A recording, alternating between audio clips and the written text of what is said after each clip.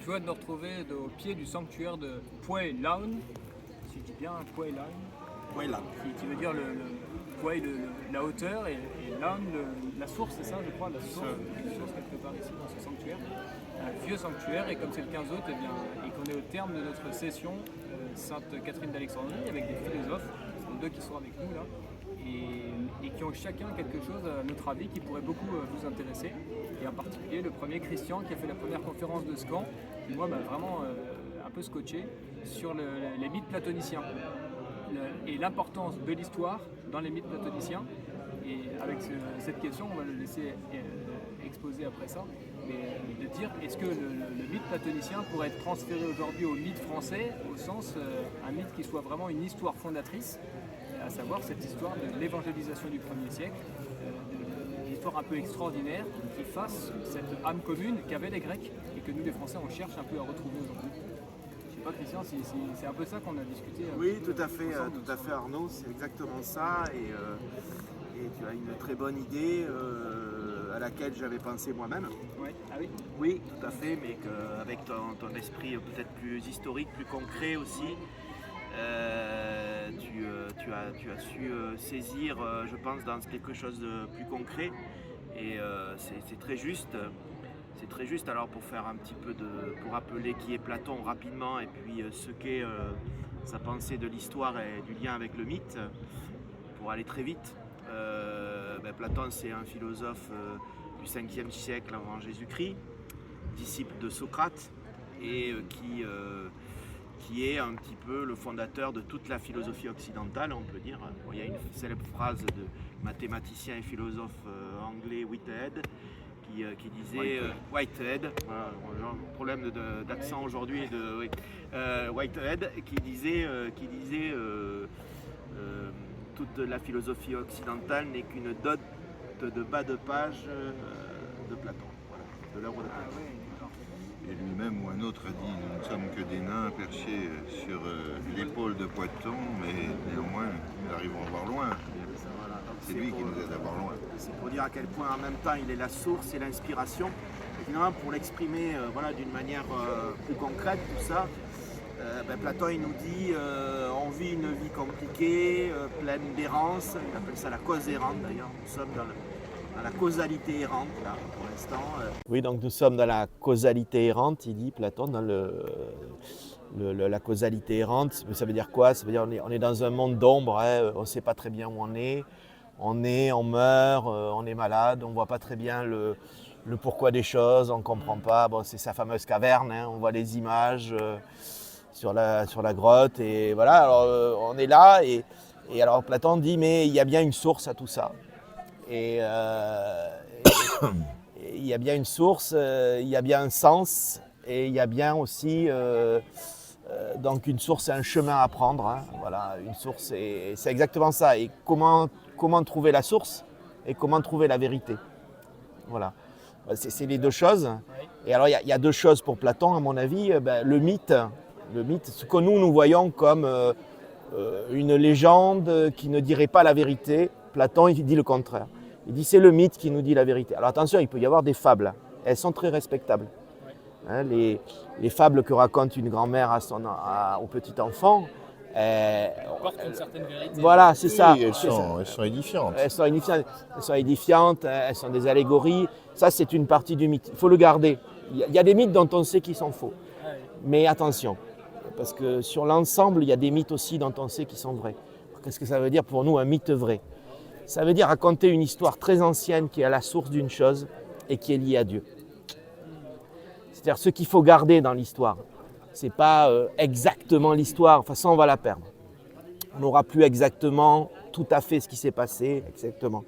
Mais ce qu'on garde dans l'histoire, c'est l'essentiel. C'est la flamme un peu, on peut dire. Et la flamme du moteur transcendant, voilà, vers le divin. C'est ça qui m'a paru vraiment un peu providentiel pour aujourd'hui, où l'histoire ça apparaît une encyclopédie, un musée, mais froid, voilà, on apprend des dates, des noms, etc. Le grand columbarium de la science, comme dit Nietzsche. Ouais. C'est exactement ça. On classe, on juxtapose, sans sens. L'histoire qu'il appelle Historia, je crois, doit être, et l'Historia est mythe, doit être mythe au sens d'une, c'est exactement ce que tu dis, une mémoire vivante du destin d'une nation, Voilà, ça, c'est mais fort, ça. et de l'âme du monde en même temps. Et il n'y a pas l'un sans l'autre. Ah ouais. Là où il y a homme, il y a mémoire du monde, il y a âme du monde.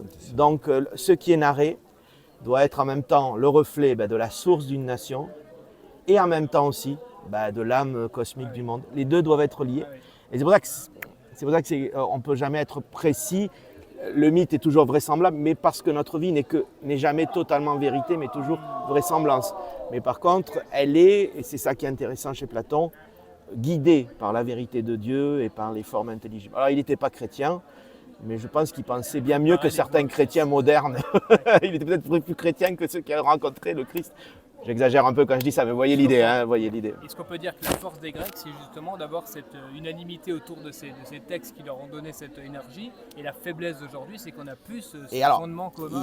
Il était chrétien aussi pour ça, Platon, parce que dans son monde, comme un chrétien, c'était quelqu'un qui luttait. Comme dans un chrétien aujourd'hui, peut-être aujourd'hui plus que jamais, il était dans un monde aussi qui n'acceptait pas cette vérité transcendante, qui dans un monde où il a beaucoup lutté et où son maître a été sacrifié par cette lutte, qui, comme disait l'abbé Festugère, représente un modèle très christique, puisque Socrate a été condamné par Athènes, et malgré toutes ses vertus, il avait sauvé 3 fois Athènes à la guerre, etc., mais ils l'ont condamné à la fin de sa vie, il a accepté la condamnation. Il y a quelque chose de très christique. Je vous engage à lire les 3 passages où Platon raconte ça, le Phédon, l'apologie de Socrate et le Criton, qui sont vraiment les textes essentiels pour entrer dans Platon. Okay. Voilà. Et encore une question sur le début de ta conférence, tu avais parlé du beau et du vrai. Tu avais dit le beau et le vrai, c'est interchangeable. Le beau, c'est l'éclat du vrai à un moment. Tu as dit la splendeur du vrai. Et on pouvait dire dans la phrase, il dit la splendeur du vrai, mais on aurait pu dire la splendeur du bien et de l'un. Voilà, tout ça, c'est commutatif. Parce qu'aujourd'hui, on dit c'est les histoires, en particulier du 1er siècle, moi pour ce qui m'intéresse, que j'étudie, on dit mais c'est bien, mais c'est trop beau pour être vrai. Marie-Madeleine, Sainte-Véronique, Saint-Denis à Paris, etc.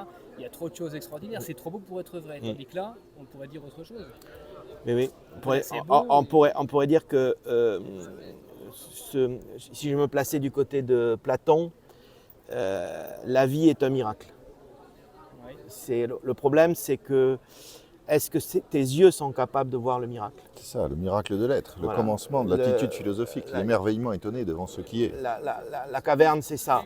Les ombres de la caverne, c'est qu'on nous habitue à voir les ombres, pas la lumière. En fait, nous sommes entourés comme au 1er siècle de miracles, mais nous ne les voyons pas. Nous avons en face à nous des Saintes Véroniques. Alors, ce qui est en plus d'énorme, on va dire, c'est que Sainte Véronique, ils avaient vu le Fils de Dieu, mais nous l'avons vu aussi, il est là. Il ne faut pas oublier qu'il est encore sur terre. Voilà. On passe à côté des miracles, on passe à côté, mais c'est pas grave, c'est normal. Il faut se pardonner comme il faut pardonner au monde. Voilà. C'est bien normal. On est dans la caverne, on est dans les ombres, mais il ne faut pas oublier. C'est ça, c'est le message de Platon. Il ne faut pas oublier que derrière les ombres, il y a la lumière. Voilà. Et donc voilà. Et avec grand plaisir. Ce qui est formidable, c'est qu'on est aussi avec Yvan. Et Yvan, ça va permettre de faire le lien entre Platon, c'est vraiment l'aspiration vers le ciel, et avec l'histoire de ta thèse, si tu peux raconter un peu, c'est le retour aussi au réel, à la terre qui est fondatrice, qui va dans le sens de l'incarnation, qui prépare ça. Est-ce que tu peux dire un peu toi, tu as saisi un peu ton intuition au départ qui conduit à la philosophie aussi, d'une certaine manière? Oui.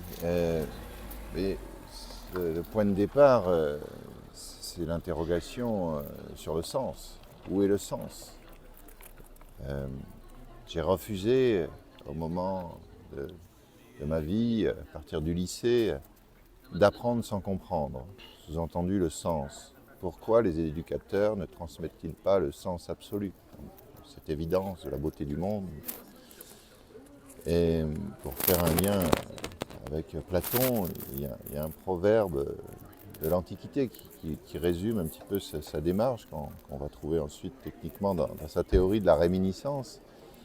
C'est que nous avons sans doute davantage à faire mémoire, à l'amnèse, à nous ressouvenir.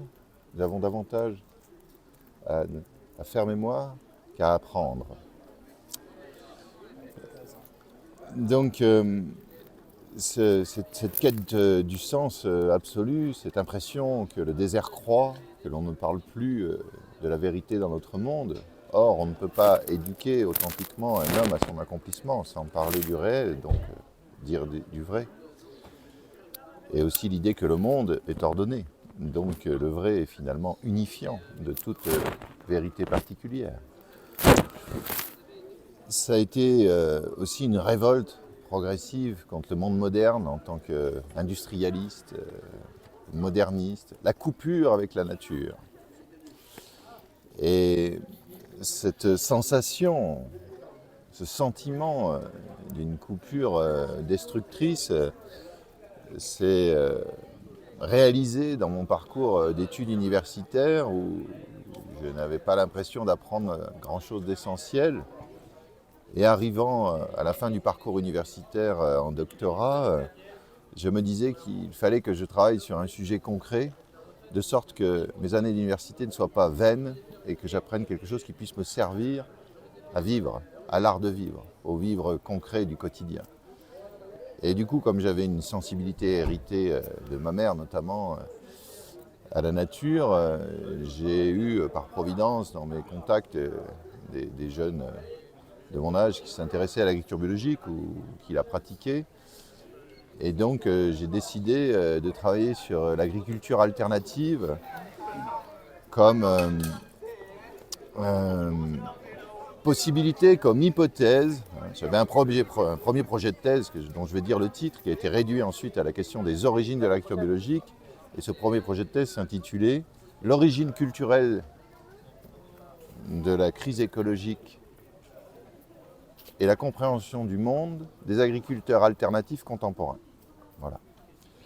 D'où ce sentiment que le lien à la terre, qui est une grande idée centrale, le mot de l'association des journées paysannes. Mais, tout ce qu'on a lu, j'ai lu une partie de ta thèse aussi, une attention spirituelle dans la nature. Oui, bien sûr. Alors évidemment, s'intéresser à la nature, ce n'est pas dans une démarche matérialiste. J'avais une espèce d'intuition mystique, personnelle, johanniste. Dieu est amour. Donc l'amour, avec un grand A. Se manifeste dans la création. C'est ça, il est la clé, il est le logos. Donc, et c'est par le concret qu'on y arrive. Et méditer l'amour, ah non, au départ, c'était pas ça. D'accord. C'était la clé de l'amour qui m'amenait à aimer la nature, oui. À aimer l'ici-bas. L'amour de Dieu, l'amour absolu, l'amour de notre cœur, l'amour de l'autre, ne pouvait pas être exclusif de l'amour du donné, et donc de la terre. La terre qui est d'abord la biosphère sauvage, et le cosmos. Mais ce qu'en ont fait les hommes, ils ont été chasseurs, pêcheurs, cueilleurs, mais ils ont été aussi agriculteurs, et longtemps, dans les deux pratiques, il y a un travail de civilisation, de transformation de la nature. Mais une de mes questions philosophiques décisives a été, à ce moment-là, qu'avons-nous le droit de faire dans la nature? Autrement dit, savons-nous ce que nous faisons tout particulièrement et très précisément quand nous défrichons une forêt pour en faire un champ? C'est une phrase attribuée peut-être à Chateaubriand. Les forêts précèdent les hommes et les déserts les suivent. Cette idée que nous ne savons pas ce que nous faisons dans notre rapport à la nature et à la terre, et que même le paysan, dans la beauté de sa vie, est peut-être quelqu'un qui fait des erreurs monumentales dans son traitement de la terre et de la création. Donc ce travail sur l'agriculture biologique m'a montré que déjà les fondateurs de l'agriculture biologique étaient tous plus ou moins, peut-être le moins clairement, était Rudolf Steiner, le plus ésotérique, mais tous les autres étaient quand même de grands critiques de la modernité, de l'industrialisation, de la coupure de l'homme avec la nature, de la coupure de la raison avec la sensibilité, etc. Et ce que j'ai découvert, c'était quand même que les agriculteurs biologiques, les fondateurs, voulaient voir la nature comme mère nature, comme le donné de la vie, comme une fertilité. Et une fertilité que l'idéal de l'agriculture est de prolonger. Au jardin d'Éden, l'homme est placé dans le jardin pour être le bon intendant de Dieu. Et donc, à partir de là, je me suis beaucoup intéressé à la question de la fertilité de la terre.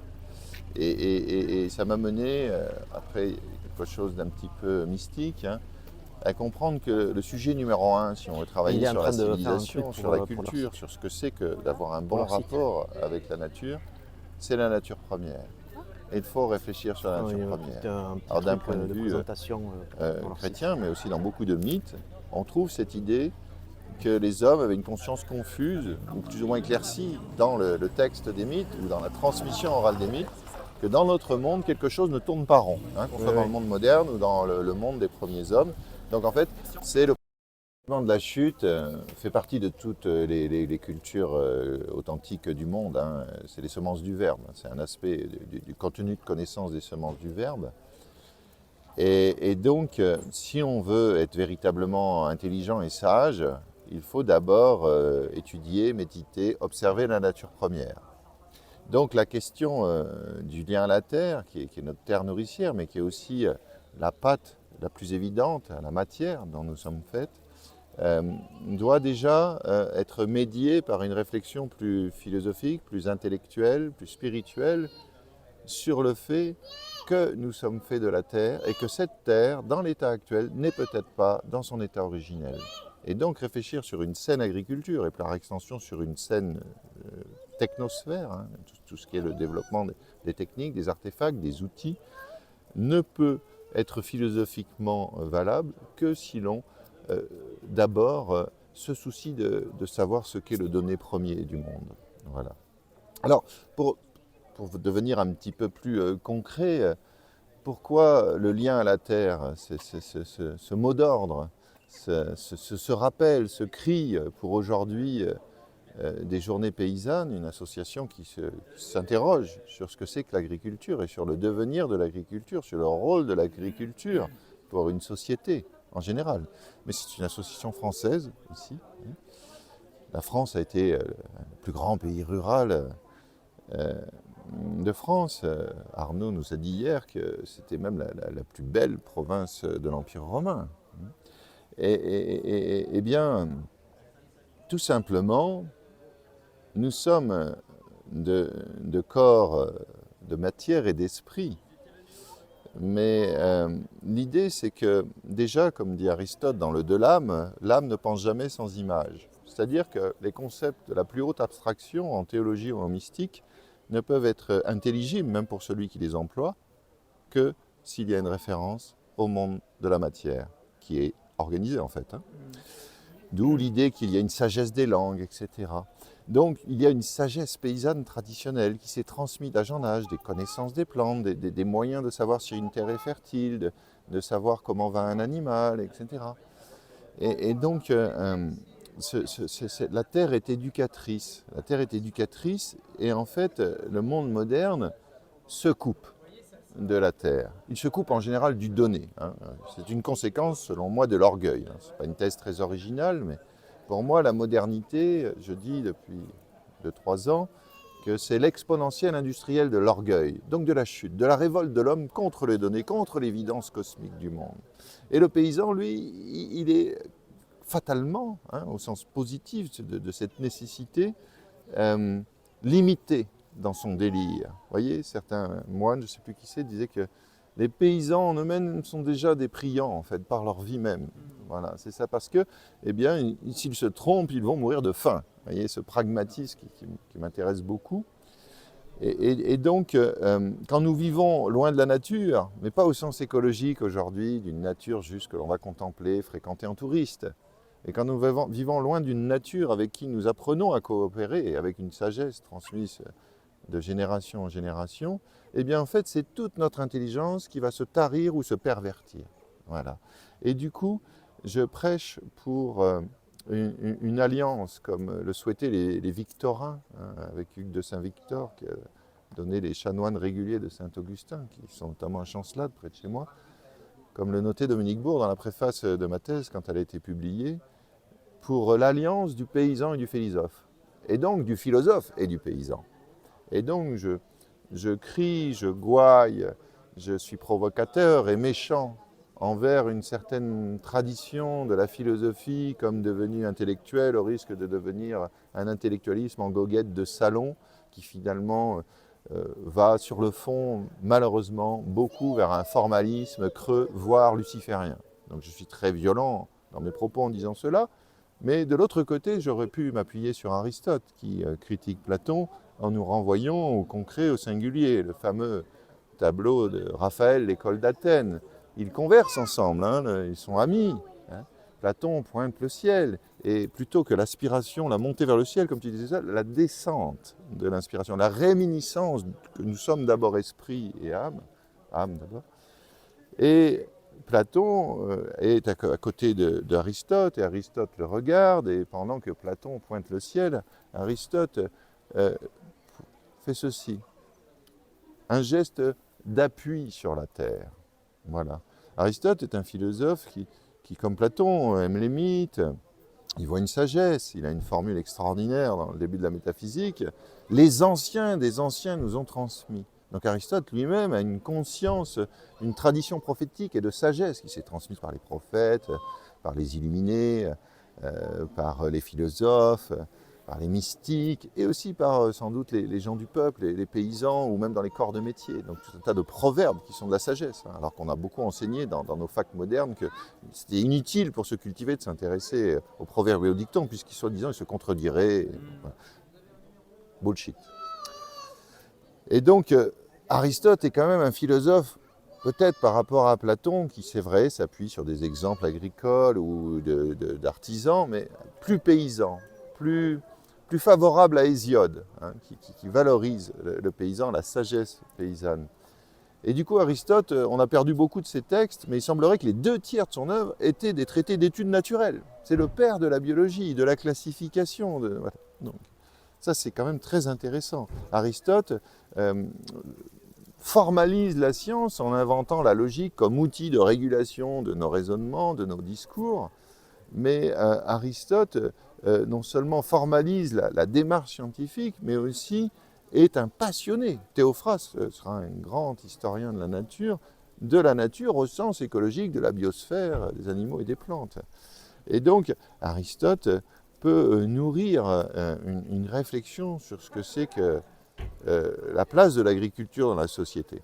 D'ailleurs, c'est par le début de la politique que j'ai admiré pour la première fois un philosophe, hein, où il distingue vivre et bien vivre, où il distingue les étapes de la constitution spontanée d'une société, les individus, les couples, la famille, la maisonnée, l'oikos, hein, l'économie, c'est d'abord l'administration de la maisonnée, autrement dit du territoire vivrier, du territoire de chasse-pêche-cueillette ou la ferme, et puis le réseau de voisinage, le hameau, enfin le réseau, la communauté de voisinage, et puis ensuite la petite ville, et puis enfin la cité, avec cette idée d'une autonomie où on a cette capacité pour justement nous autodéterminer vers des fins plus hautes que se nourrir, au moins la souveraineté alimentaire.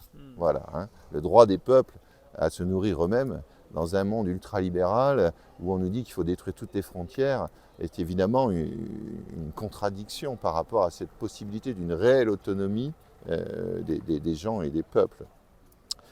Donc voilà ce que je pourrais dire sur Aristote comme un philosophe qui a dans sa démarche, dans son esprit, dans son thumos, dans son caractère, dans sa manière d'aborder le monde et de penser quelque chose de paysan. Et donc, comme je l'ai déjà dit, il me semble que du point de vue chrétien, nous sommes par essence des paysans.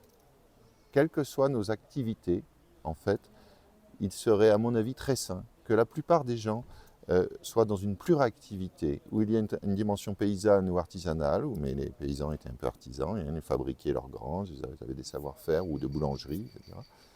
Et de l'autre côté, évidemment, une vie spirituelle, mais aussi une vie intellectuelle où on essaie de réfléchir sur les limites de notre mode de vie et sur qu'est-ce que c'est qu'une vraie vie heureuse qui implique une communion avec Dieu, hein, et donc un dépassement des simples besoins animaux. Mais néanmoins, sans jamais renier que le ciel n'est atteignable que dans l'amour de la terre, dans l'amour de la culture de la terre.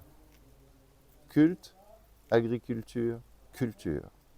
il n'y a pas de bonne société sans l'amour de la terre, et donc sans un enracinement intelligent, heureux, et finalement évident dans le fait que pour manger, enfin pour penser, pour vivre, il faut manger. Et donc, savoir quoi manger. Voilà, ça. Et apprendre par soi-même à savoir faire des choses avec nos mains est aussi très nourrissant, voyez, très rassurant face à des périodes peut-être graves, de guerre ou de famine. Savoir être autonome, autrement on va voir des gens, comme on l'a déjà vu, piller des magasins et s'entretuer pour manger parce qu'ils ne savent rien faire avec nos mains. Hein. Houellebecq l'écrit dans les particules élémentaires. Je suis, je ne sais pas une citation exacte, mais je suis moins intelligent que l'homme de Néandertal. C'est affreux, on se croit moderne à la pointe du progrès, et voilà, on ne sait plus rien faire. Donc nous avons à retrouver les bases d'une paix entre nous, d'une sérénité, mais qui passe par cette intelligence première du donner, de la terre, du vivre ensemble dans une forme de simplicité aussi, puisque c'est quand nous avons, voilà, c'était ça, je disais ça, une des premières libertés, c'est celle de pouvoir se nourrir. Voilà. Et sans nécessairement dépendre de nombreuses médiations. Donc ça implique que tout le monde devrait aimer et découvrir ce goût de pouvoir jardiner, de se nourrir, etc.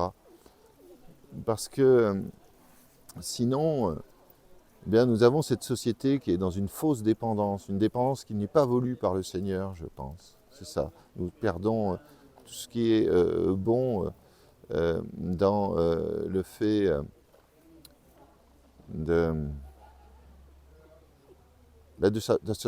savoir déjà simplement vivre. Voilà, déjà savoir simplement vivre. C'est ça. Et je crois que le fait qu'on ne sache plus simplement vivre et qu'on n'aime plus vouloir simplement vivre et qu'on ne croit plus qu'on puisse simplement vivre fait que nous avons beaucoup de souffrances, beaucoup de tensions, beaucoup d'angoisse dans nos modes de vie. Ouais. Voilà. C'est intéressant parce que c'est pas une philosophie dont on a l'habitude de parler. Effectivement, c'est souvent hors sol où on brasse des idées, tandis que là, c'est une philosophie qui s'applique aux données réelles que Dieu nous a données. Qui est cette vie dans un, comme dit Tudami, qu'on a été créé dans un jardin et que c'est dans un jardin qu'on peut bien penser et bien vivre comme Dieu nous a voulu. C'est ça. Le véritable loisir, qui est un état de l'âme pour Aristote et pas juste du temps libre, commence dans l'équanimité, dans l'égalité d'âme, dans une sérénité en fait, qui dépend en fait, d'une relative absence de soucis. Et pour avoir moins de soucis, voilà, c'est ça, c'est ce que je disais. On détruit les paysans dans le monde moderne aussi parce qu'un paysan, c'est un homme libre. Un homme qui, quand il était paysan horloger, comme dans le Jura, eh bien, s'il allait à l'horlogerie, parce qu'il était travailleur, il était méticuleux, il avait de la dextérité, puis il était relativement docile, eh bien, s'il y a un conflit avec le patron, en fait, il pouvait retourner sur sa ferme vivrière et attendre que le patron négocie. Quand les hommes sont à 100% salariés, la société est politiquement au sens d'une structure qui sert le bien commun et aide chacun à s'élever. Alors là, c'est plus du tout ça. On est dans une société où l'État est plus fort que la société dans un rapport de pouvoir, de contrainte et qui peut écraser les hommes parce qu'ils n'ont plus rien, ils sont complètement dépendants d'une structure artificielle et une société artificielle qui est mauvaise en fait. Tandis que quand on est libre, justement parce qu'on peut déjà se nourrir, alors on peut ouvrir sa goule. Si j'ai de quoi manger, je ne crains pas tant que ça. Voyez, et donc il y a une liberté de penser, le vrai loisir est là aussi, c'est ça.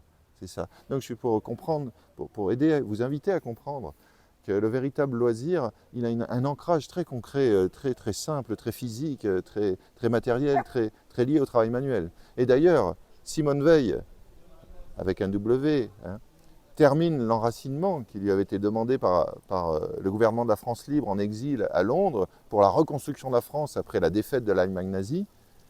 Elle termine son livre alors qu'elle est malade, c'est un ouvrage un peu inachevé. Dans les toutes dernières lignes, elle se pose la question quelle doit être la place du travail physique dans une société passablement bonne, enfin une société humanisante.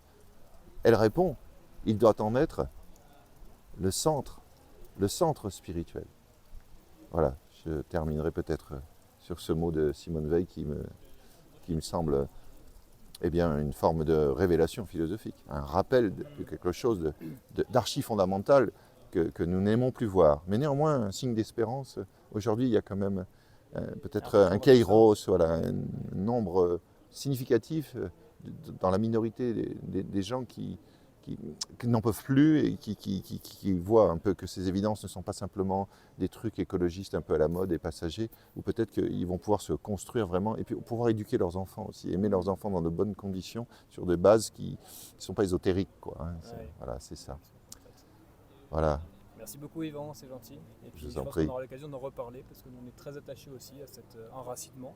Ça m'a fait beaucoup plaisir de vous rencontrer et de voir que vous étiez aussi sur ce type de cheminement avec une foi chevillée au corps qui est bien nécessaire aujourd'hui pour tenir face à une espèce de violence institutionnelle généralisée, hein, ces structures de péché dont parlait Jean-Paul II.